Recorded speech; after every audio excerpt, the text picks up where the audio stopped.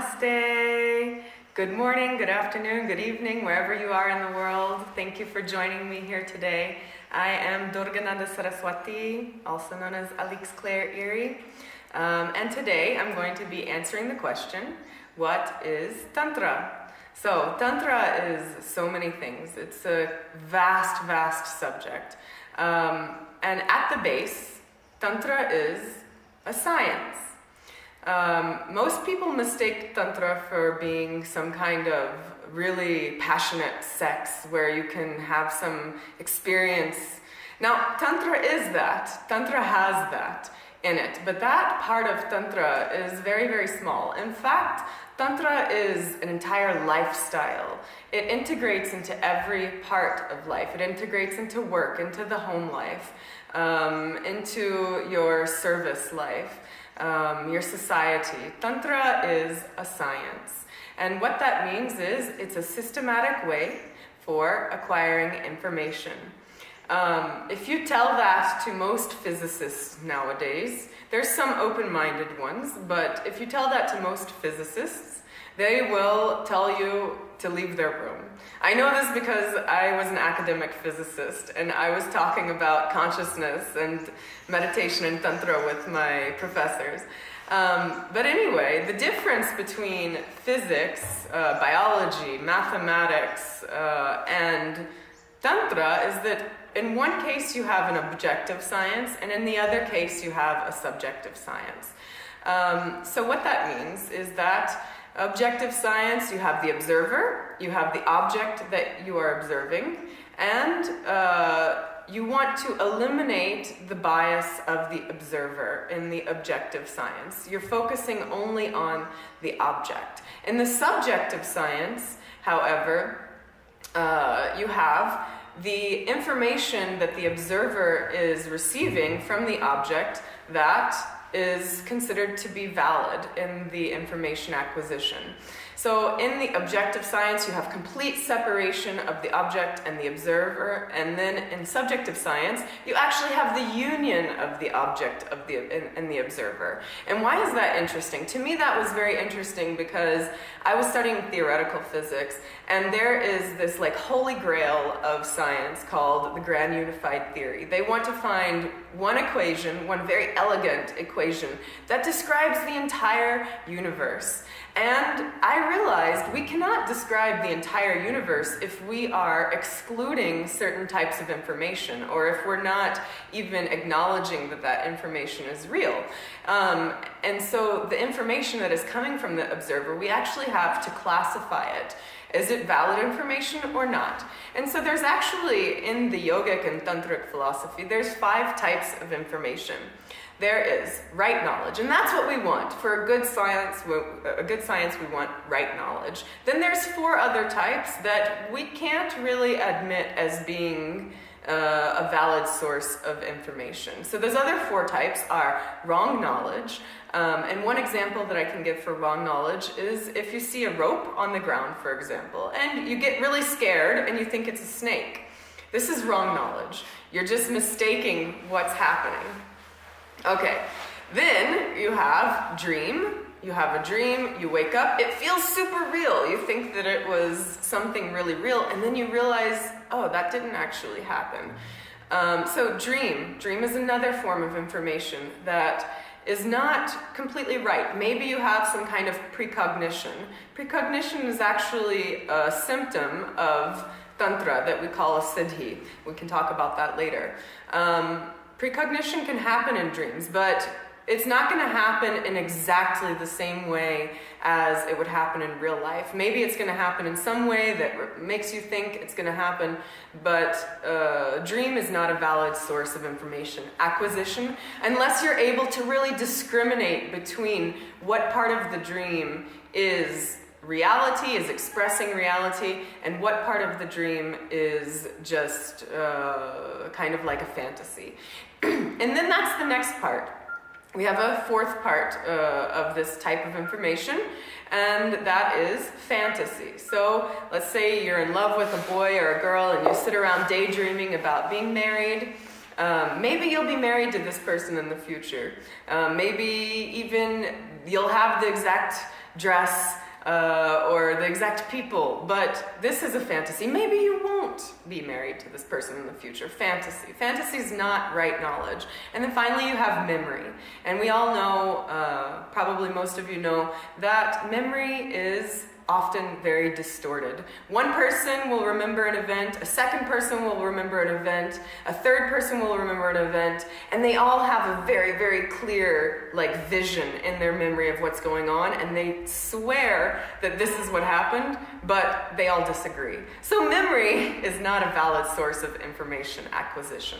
The only source that's valid of information acquisition is right knowledge.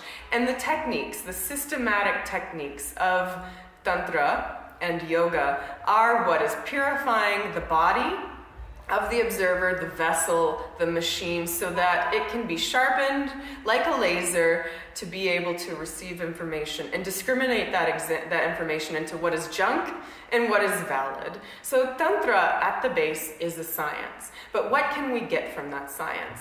So what do we get from physics? What do we get from biology? We can get all kinds of information from science. As a matter of fact, I would even consider objective science to be a subset of subjective science, because like I said, the Grand Unified Theory is an umbrella, and objective science can go in there. So we can actually combine these sciences with the sciences of Tantra to have the exact same results. But also, something happens when we're doing Tantra, when we're doing our practices, that is very interesting, what we call siddhis, which are psychic powers, paranormal occurrences, for example. And we all find this very exciting when it starts to happen. And if somebody's practicing Tantra with much energy, with much dedication and intention, these siddhis will start to happen. And for example, we might have levitation, teleportation, telepathy. All of these things happen. What's his name? Patanjali. Patanjali writes in his Yoga Sutras that siddhis are actually a distraction, though, from the final goal. And that's very true. These are interesting things that are happening, but we need to have our focus one-pointed. We need to have a devotion that is one-pointed. We need to have an object for our meditation, for our tantric practices. And even if these siddhis are happening, then we need to be focused on our one point, because otherwise we're losing energy to the siddhis. It's like you have created an environment where your focus is really one-pointed, and you're entering into samadhi, you're entering into a one-pointed consciousness of yourself with your object, and then that force, that energy starts to escape into another place, and that's what causes the siddhis. So really, siddhis are not something that we want to really give too much attention to, but they do happen. And on top of that, we have these great experiences, which is like taking a drug or something. It's an experience in life, and we can have a great expansion of the consciousness. And there's so many different experiences that can happen that can give us knowledge of the planets, for example, that can give us knowledge of things that are microscopic. We're able to see. We're maybe able to see into another place. We're able to see into ourselves and to understand what our purpose is in the world. And then there's other practices that can even turn us into a channel for what we consider to be supreme. And this is really the height of Tantra. This is discovering one's dharma, discovering what we're meant to be in this life, and becoming a channel for that, what we hold as being our highest value, as our highest system of ethics. If we make this our object of meditation, our object of our science, then we turn ourselves into a vehicle for that mission. And one way of doing that is through mantra and yantra and dhyanam. Dhyanam is the meditation. Mantra is a sound wave. that we chant, like Om Namah Shivaya, and yantra is a figure that we use to look at. So mantra is a sound wave, like I said, and all of this whole universe is made up of energy. My body's made up of energy. The room that I'm in is made up of energy. The air is made up of energy. Even the vacuum, even that space in between all of the particles where there's quote-unquote nothing, even that space has an energy. And what is that energy? It's a string. It's like a string, like a rubber band. It might be open or closed, and it's vibrating. And the way in which it's vibrating, its wavelength or its frequency, for example, this is what's going to determine exactly what type of particle it is. And then all of those particles come together with the forces, and they make objects, and they make life, and this is what we're made of. And so mantra is a way to actually manipulate that energy. It's like a key that you put into the door, and you turn that key, and then it opens the door into a different realm. You have a different perception of things. And mantra doesn't only work on the scale of the physical, because mantra has 4 parts. Mantra has the part where you're chanting loudly, Om Namah Shivaya, Om Namah Shivaya, the part where you're whispering it, Om Namah Shivaya, Om Namah Shivaya. Then you have a part where you're just chanting it mentally. And then after all of that, if it becomes ingrained deeply, deeply into your consciousness, into the deepest kosha, Anandamaya kosha, which I'll talk about the koshas in another video, if it becomes deeply, deeply ingrained, then it becomes spontaneous. And what happens there in scientific terms is that it starts to program the information of the quantum field. And if it's programming the quantum field, then it happens to be absolutely everywhere in the universe. And this is one very great saying that we use in Tantra is, if it's here, then it's everywhere. And if it's not here, then it's nowhere. And this is one of the greatest results that we get from Tantra. And this is one way that we can manipulate the entire universe. So in quantum physics, you have quantum entanglement, where 2 particles, if they meet at one point, then they're quantum entangled. And then at another point, you have 1 particle on the other side of the universe and 1 particle like here. There's so much distance in between them. But if one changes its state, then the second particle will instantaneously change its state. It doesn't have to have any traveling of the information. There's quantum entanglement that happens absolutely instantaneous, and this is amazing. And we can use that in Tantra. So if it's here, it's everywhere, and if it's not here, it's nowhere. And if you bring within yourself, if you bring into your consciousness, into your spirit, into this ananda, into this quantum field, this mantra that represents some vibration, and that vibration represents some kind of manifestation in the universe, then what happens is your entire universe begins to transform to fit that mantra. It's very, very interesting. We can talk about the holographic universe as well, where there's many, many different universes happening, but we'll talk about that in another video. Then, okay, so mantra is talking about manas, or the mind, and trayati, just like tantra is Tanuti and Trayati. So Tantra is talking about expansion and liberation of the consciousness, of the mind, into some great supreme realm. So mantra is also talking about expansion, but manas is of the mind. So mantra is this tool of Tantra that we use to expand the mind.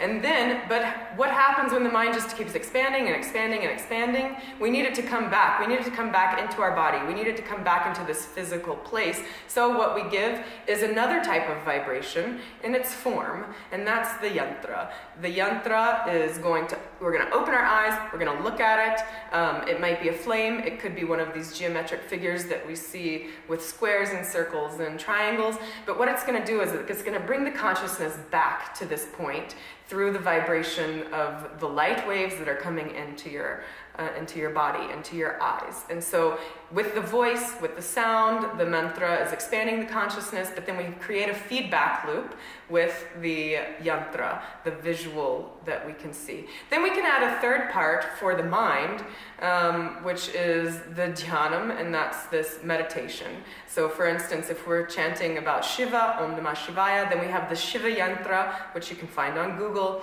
Then we'll have a meditation on Shiva, where he's, for instance, sitting on a deer skin in the middle of the forest, and he's got his axe in his hand, and he's got his snakes all over him, and his hair's up in a knot, and he's got the tiger around him. So this is a meditation on Shiva. So we can combine these three, dhyanam, mantra, and yantra, as a tool for the expansion of the consciousness into a state of Shiva, and then we become Shiva, and there can be a great explosion. You can have Kundalini experience, etc., etc. So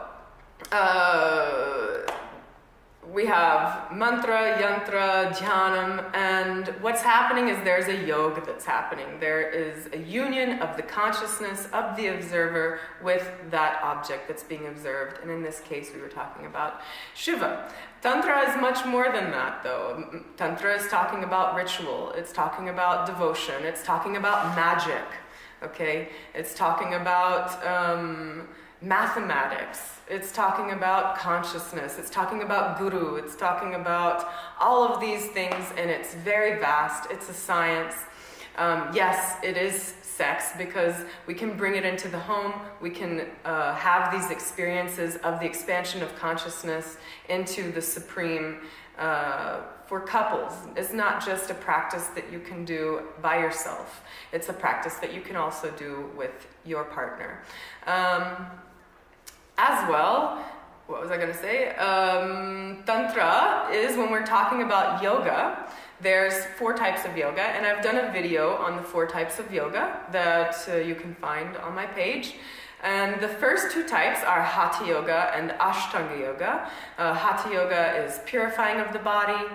Ashtanga Yoga is more about purifying and sharpening the mind. And then the other 2 is Karma Yoga and Bhakti Yoga. So when we're doing Tantra, we're combining Karma Yoga and Bhakti Yoga. And what that does is it turns the entire life, every single movement that we're doing, the toothbrush, brushing our teeth, cooking the food, washing the dishes, talking to our friends, caring for our children. It turns every single action of our life, going to work on the bus, all the work that we're doing, it turns it into an act of devotion, and it also turns it into an act of detachment. And what I mean by detachment is not that you become aloof, not that you become cold, but that instead of doing something for the sake of receiving something, you forget about that whole receiving part. You're doing something for the sake of doing it.